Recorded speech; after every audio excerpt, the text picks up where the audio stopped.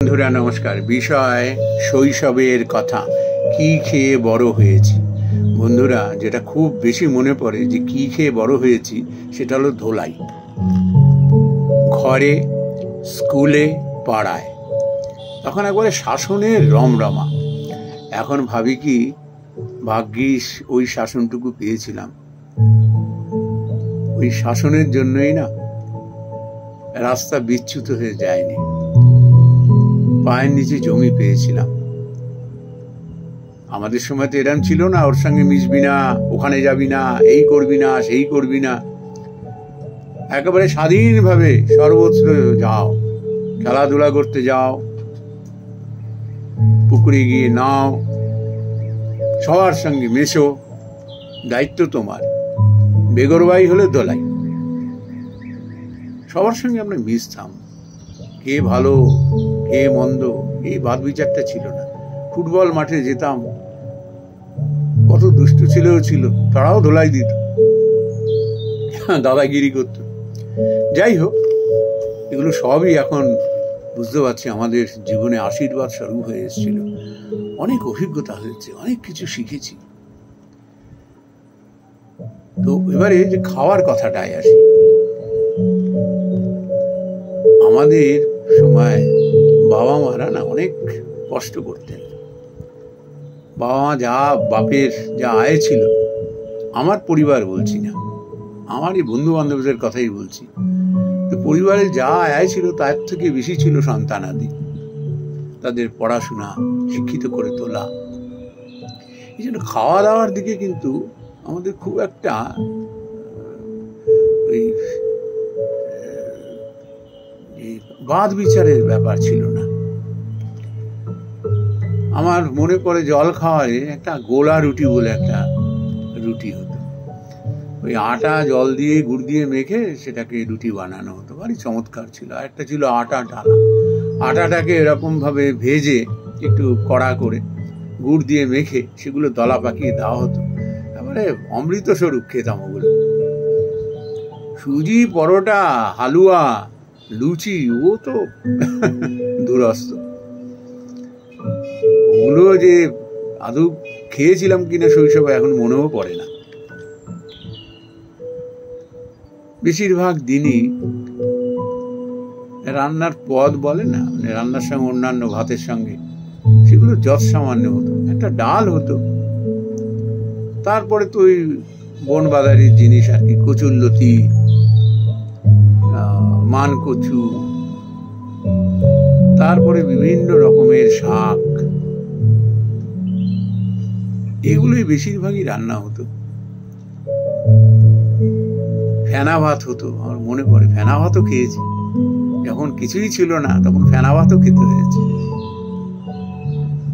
আমাদের খিদেটা বেশি ছিল, তার কারণ কি, খাটতাম, বাজার করতে হতো স্কুলে যাওয়ার আগে। স্কুলে যাওয়ার আগে পুকুরে গিয়ে সাঁতার কাটতে হতো। স্কুল থেকে ফিরে এসে ফুটবল মাঠে চলে যেতাম ফুটবল খেলতে। খুব খিদে পেত, কিন্তু খাওয়া সেই হারে জুটত না। চা দিয়ে ভিজিয়ে ভিজিয়ে রুটি খেতাম, কিংবা বাতাসা, 2-3টে বাতাসা দিয়ে, সে অমৃত ছিল। সে দিনগুলো অন্যরকম ছিল। আমাদের খাওয়া দাওয়ার প্রতি কোনো সেরকম একটা চাহিদা এরকম ব্যাপার ছিল না। এটাই আমাদের কাছে বিরাট অমৃত ছিল। আর এই ফল টল, আগের দিনে কেউ যদি বলতো না যে বাজার থেকে জাম, পেয়ারা, জামরুল, আতা, ফলসা এগুলো সব কিনে নিয়েছে, লোকে হাসতো, বিশ্বাস করতো না। এর ওর বাগানে গিয়ে অযাচিত ভাবে জামরুল, ফলসা, পেয়ারা, আম, যত খুশি খাও। বাড়িতে আর একটা জিনিস তৈরি হতো, ওই বাতাবিলেও, মানে জম্বুড়া বলে, জম্বুড়া, বাতাবিলেও মেখে খাওয়া। তারপরে সেই কুল মাখা। আমাদের খাওয়া দাওয়ায় বিলাসিতা ছিল না, কিন্তু শাসনে কিন্তু খুব বিলাস শাসন ছিল। পান থেকে চুন খসলে বেদম মার খেতে হতো। স্কুলে পড়া তৈরি করে না গেলে স্কুলেও মার, আর সেই খবর বাড়িতে পৌঁছালে বাড়িতেও মার।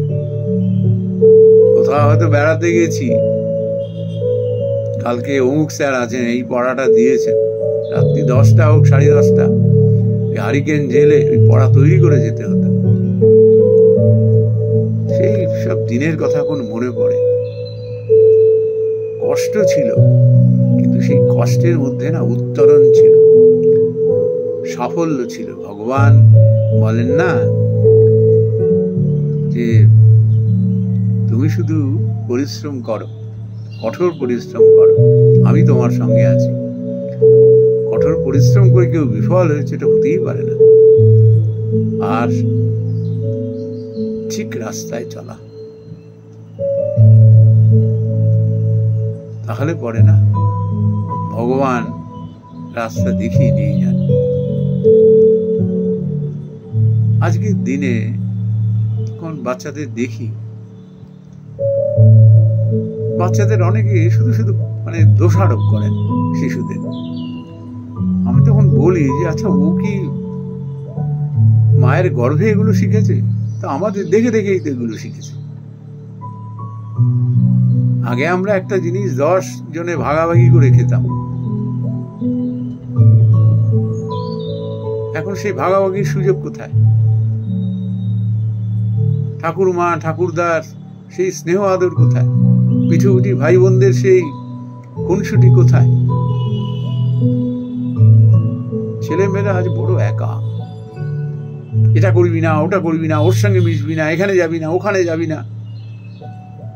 তারপর তো বাবা মারা যে কি আচরণ করছে, সবাই না, সেগুলো দেখে দেখে ছেলেমেয়েরা যখন শিখে না, বিপদগামী হয়ে যাবে এই বাচ্চারা, তখন তারা সমস্ত দোষের ভাগীদার হয়ে যায়। কেউ তাদের কথা বিচার করে না। সেসব অনেক কথা বলতে গেলে সে অনেক বড় হয়ে যাবে। যাই হোক, অন্যের দিকে আঙুলটা তোলার আগে না, নিজের দিকে আঙুলগুলো যদি আমরা তুলতে পারি, তাহলে কিন্তু আমরা একটা ভালো পরিবেশ তৈরি করতে পারি। নমস্কার বন্ধুরা।